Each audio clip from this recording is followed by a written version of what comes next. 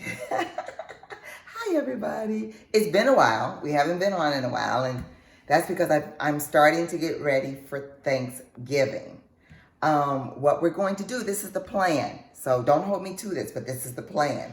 Every week, I'm going to start making something for Thanksgiving and then freezing it. I don't know if you've heard, but my darling, dear, sweet Erin posted the menu for our Thanksgiving dinner on Facebook and Instagram. That wasn't for everybody to see, but she thought it necessary for you all to see what we were making. So I'm going to start. It's a long list, so obviously I need to start as soon as possible. Today's what I'm making today is going to be my lasagna. Now, I'm not Italian, so this isn't going to be authentic, but I promise you it will be layered with flavor. What I want to do is just send you all to the website to look up the recipes for everything that we're going to be making. I'll have, of course, as I'm making it, I'll have all my little secrets and all the little things that I do that you may or may not like, but the flavor that I feel like fits in good with the things that I make. And it's fitforlifelashleys.com. Okay, it's fitforlifelashleys.com. That's the website. That's my little Erin telling me what it is. So today, like I said, we're starting with lasagna. I don't make any of my sauces homemade. I guess I could, but I don't because there's so many jarred ones that work really well for this recipe. I'm starting by dicing up some vegetables. I'm going to start with carrots and onions and green peppers, and I'm going to saute those in a big pot because it's going to be a lot of sauce because it's going to be a big pan of lasagna. And I also have the meats that I usually use. I like using several different meats. I usually use breakfast sausage because of the flavor in breakfast sausage. Again, none of this is authentic, but this is what we like, and this is what I found gives us a lot of flavor. I'm using maple, and some of you may say that this is kind of sweet for lasagna, but you'll understand in a few minutes why. I'm using a little bit of chorizo, that's the spice, and hence that's why I'm using a little bit of sweet to counterbalance that spiciness, because I don't want it really spicy. I'm going to just use a little bit of that. I'm also using sweet Italian sausage, and I'm going to use a little bit of ground beef. So all of that, when you come back, you'll see will be sauteed in the pan, and then I'll tell you what I do next after that. All right, everybody. So we got all the vegetables all chopped up. It with the carrots, the sweet onion, and the Vidalia onions, and the green bell pepper. And then we ground all those meats that I showed you from earlier. What I also like to do, and this is just one of the things that I like to do, because like I said, I like to do layers upon layers of flavor. That's important, and it just adds a deep, rich flavor to the things that I make. So these are spaghetti sauce mix packages, and what I will do after the meat browns, I put it in on top of the meat, and then I let the meat kind of just hang out in that for a while. And this is how it looks. But what's happening is the meat's getting coated with all of those seasonings. I'll use spaghetti sauce mix, and I also used pesto sauce mix because, I like the taste of pesto as well. So that gives the meat a nice little flavor. And like I said, I let that hang out for just a little bit. And then I'll bring over my my jars of sauces, which keep that over there. I don't want people to see how I look for these shorts. Okay. So I have jars of sauces. It's no rhyme and reason to what I pick. It's just based upon how I'm feeling that particular day and how they sound and how they look. And then I just start mixing. Oh, I didn't see that sauce. Yeah, there you go. Nice. So I just start mixing them in. And what I will do is after these are all in, and I like to put a little water in there. Not only does it get all of the sauce out of the jar, but it also adds a little bit of relief from all those packets that I put in there as well.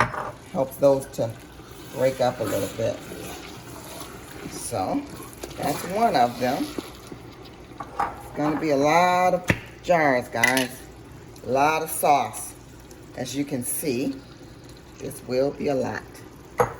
But that's fine, because for as many of you all who said you were coming over, I'm gonna need a lot of food.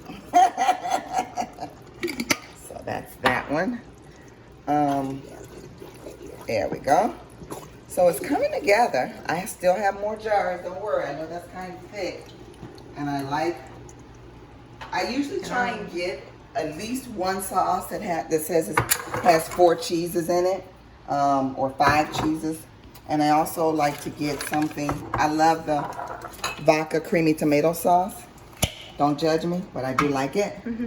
So I use that. I try and make sure that one of my sauces is that for sure, as well as What's the that one? 5 cheese.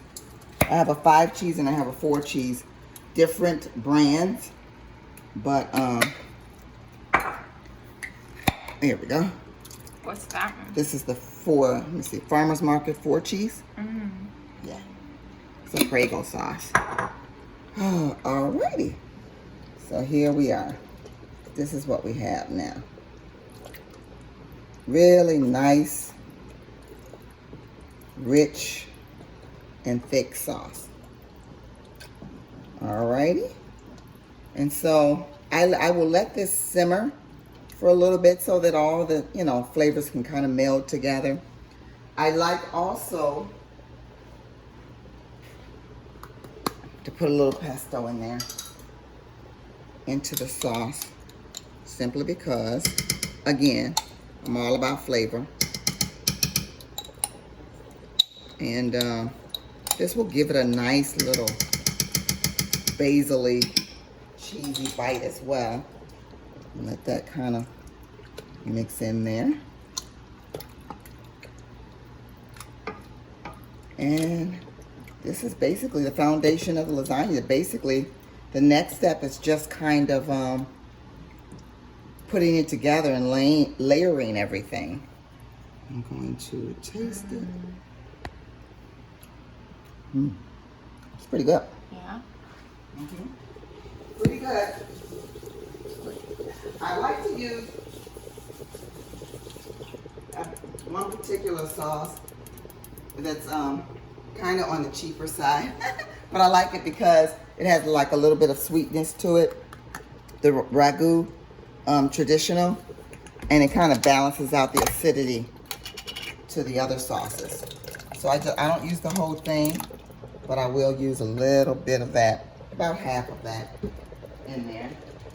Rinse off that spoon, and then like I said, that's just to help try and balance those flavors and make sure it's not too acidic from all the tomato sauces and packets and all of that.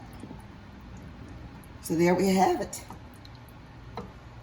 This is my cauldron of spaghetti sauce or the lasagna. Hi everybody. So here's the next step in this totally non-fat, non-vegan, non-healthy lasagna that I'm basically traditionally Italian lasagna that I'm making.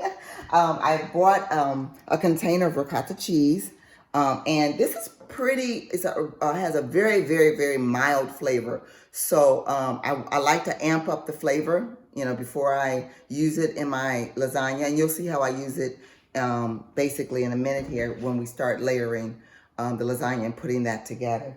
But I like to use, excuse me, I like to use some actual, I'm sorry, some actual herbs when I put this together. I'll put eggs in here, and I'll put some salt, and then I like to use Italian seasoning, herbs, dried herbs.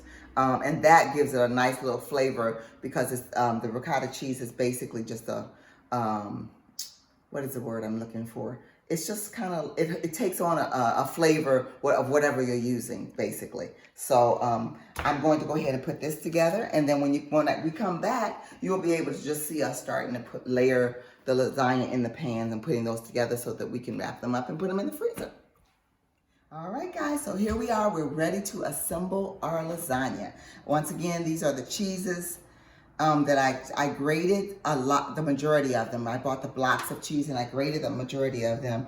Again, there's pepper jack cheese in there, smoked Gouda cheese in there, sharp cheddar, mild cheddar, white cheddar, mozzarella, Parmigiano Reggiano. So there are a bunch of cheeses in there. I believe in the power of cheese. Yes, I do.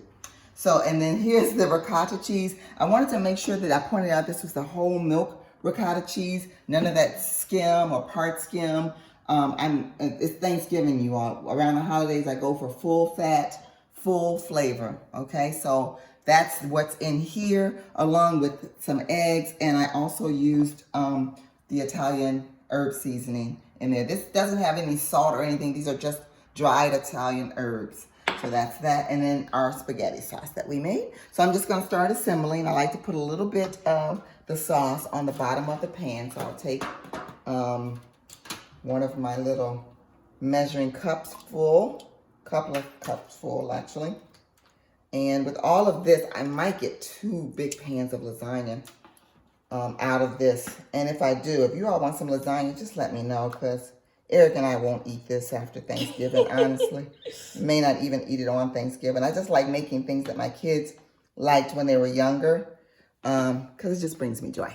So here's the sauce on the bottom of the pan. And then I like using these noodles because you don't have to bake them first. They're oven-ready lasagna noodles. And then you can just put them on the lasagna. You don't have to bake them first or bake them at all, actually. So I'll just put these down. I kind of overlap mine a little bit. That way I can make sure that, you know, it's fully covered on the bottom. And then I'll put one this way. Don't feel shy about breaking it to make it fit. Do it all the time. There we go. Oops. Here we go. And okay, there we go. So now the next step is going to be with the ricotta cheese. So I'll bring this over here and we'll just put a couple of big spoonfuls on there like that. And I need to make sure that this gets spread out. So I'll try and hold the noodles down so they won't move. And then spread the ricotta mixture on there. Make sure we get some more. Here we go. There's that. A little bit more. I like to make sure that everything is kind of covered at least. Here we go. All right, so that's the first layer of the ricotta and the noodles and the sauce. And then I start putting my cheese mixture on top of that. And you can never have enough cheese, so just put that on top like that. Sprinkle it on. There we go. Make sure we have a nice layer of the cheese. And then we go back and start over again with the sauce. So I'm going to continue to do this. And then we'll let you know at the end whether we ended up with 2 pans of lasagna or 1. Thanks, bye. Okay, so we finally finished putting together the lasagnas, and they came out to be 2 huge lasagnas. This is what they look like. Of course, you know, they're not baked. We're not gonna bake them until the actual day of Thanksgiving, but this is what they look like. And it's important, at the very end, what I did was I did a layer of the noodles, a layer of the ricotta cheese that's been seasoned, of course, a layer of cheese, then more sauce on top of that, and then the final layer of cheese. So at the very end, it's not, you know, you have to make sure that you have enough sauce and enough cheese to make the final layer, the top layer there. But these are the lasagnas. And they're not hard at all because I use a lot of help with packaged sauce mix, and I use jarred pesto and jarred spaghetti sauce. So it's not difficult. It may be a little bit of time consuming with dicing up the veggies, but you can do this, guys. You can do this. And show them your layers. Okay, and then what I did earlier today, I didn't show you this part, but I just did this on a whim because this isn't even on the menu. But I decided that I wanted to make lemon curd cake. So these are what are called white velvet cakes. And I don't know why we call them white velvet cakes, but there's no cocoa in them for sure. And they're white layers. And I decided I'm going to make some homemade lemon curd and make a lemon curd cake. So stay tuned for that. I'll show you the process of making lemon curd. You're gonna be surprised at how easy it is. But that's what I did today. Until next week, love you guys.